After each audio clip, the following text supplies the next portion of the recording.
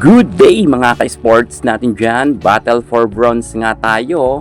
PLDT matapos ngang matalo sa second set. Pagdating naman sa third set ay hindi na nila pinaforma ang kupunan nga nila Ivy Lacsina. Kahit binabad nga si Ivy Lacsina ay wala na itong nagawa. Sa score nga na 25 at 21, nakadalawang set na napanalo ang PLDT. At pagdating nga dito sa fourth set, eto na, muli na naman umarangkada ang PLDT ng scores at mukhang inoolats nga dito ang team nga ng Akari Chargers. Buti na lang palaban si Celine Domingo. Pero kitang-kita natin na hirap nga magkaroon ng scores ang Akari Chargers. PLDT buhay na buhay nga at ganadong-ganado nga. Gustong-gusto talaga nila magkaroon ng bronze medal. At eto na nga, mukhang magkakatotoo na ang ating prediction noon na sinabi ko na to sa inyo na ang PLDT ang magwawagi at mananalo ng bronze. 10 puntos nga ang kalamangan ng PLDT at mahihirapan na ditong makahabol ang Akari Chargers. Kahit anong gawin nila, hindi na sila magkakaroon pang kumpiyansa na manalo. Well, hindi natin pwedeng sisihin ang import na si Anime Chem dahil nga nagkaroon na siya ng 20 big points. Grabe rin talaga ang trabaho ng import ng Akari. The best rin nga ito. Inilalaban nga ng gusto ni Anime Chen ang fourth set at gustong-gusto niya talaga na makadikit nga sa PLDT at medyo nagagawa niya naman ito ng bahagya. Pero sadya talaga ang PLDT na ginaganahan maglaro sa kasalukuyan. Pero alam natin na the best pa rin naman ang naging laban nila dahil pumapalag naman ang nasabi nating Akari Charger. At bibigyan rin natin ng kredito itong si Celine Domingo. Sobrang ganda talaga ng ipinapamalas niya rin galawan sa loob ng court pagdating nga dito sa fourth set. Kung kaya bahagyangang nakakadikit sila sa PLDT. 17-20 na nga ang scores at napa-time out na nga ngayon si Coach Valdrica Fort dahil gusto nga nilang makasiguro na manalo ng bronze medal. Grabe talaga itong Akari Chargers. So Gretchen Soltones nag-init sa duluhan na laban at tinapos nga nilang dalawa ni Anime Chen ang laban. Grabe.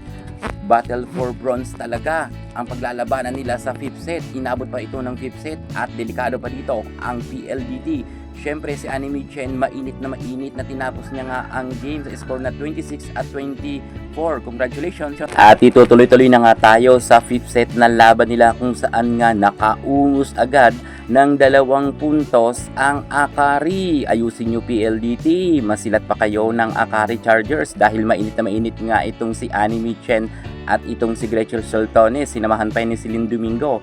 Pero hindi rin dito nagpatinag itong si Savannah Davison kung saan nga naitay niya sa score na parehas 3 ang kanilang puntos. Pero umarangkada talaga itong si Anime Chen ng 3 puntos kung kaya kitang-kita naman natin lamang pa rin ng 3 puntos ang Akari. Mainit po ang Akari Chargers at mukhang kayang-kaya nilang tapatan ang PLDT. Ang momentum nga ngayon ay nasa Akari Chargers. Sayang hindi pa nila tinapos sa 4th set at dito nga pagdating sa 5th set, eto na mukhang inaalat na nga ang nasabi nating kupunan ni Mika Reyes. Buti na lang at gumana nga ang blocking ni Del Palumata kung kaya dikit pa rin ang kanilang scores. Pero bago nga mag-change ng kanilang posisyon, lamang pa rin ang Akari ng 1 puntos dahil nga yan sa powerful attack ni Anime Chem. Lakas talaga ni Michem.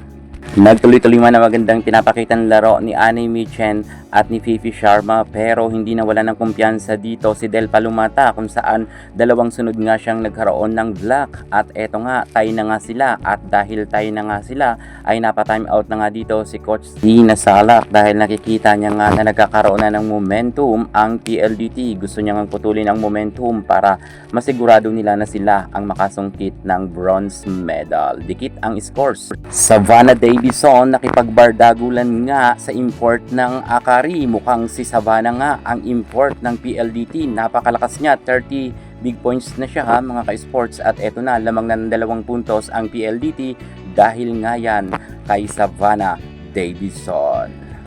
Pero sadya talagang nagpapalitan lang sila ng scores at nakakakaba talaga ang kanilang laban. Kitang-kita natin na Nakipagpukpukan naman si Savannah Davison versus nga kay Annie Michen, pero nagtagumpay pa rin dito ang nasabi nating Akari Chargers. Bilog ang bola talaga mga ka-sports natin dyan. Dikit na dikit nga ang kanilang scores pero tinapos na nga ito ng Akari Chargers. Akalain mo Akari Chargers, nakachamba nga. Sinuswerte talaga sila pagdating sa 5th set. Kahit gaano nga kagaling at kalakas ng PLDT dahil nagkaroon na sila ng 2 gintong medalya, pinatiklop naman sila sa Battle for Bronze ng Akari Chargers. Congratulations sa team ng Akari Chargers.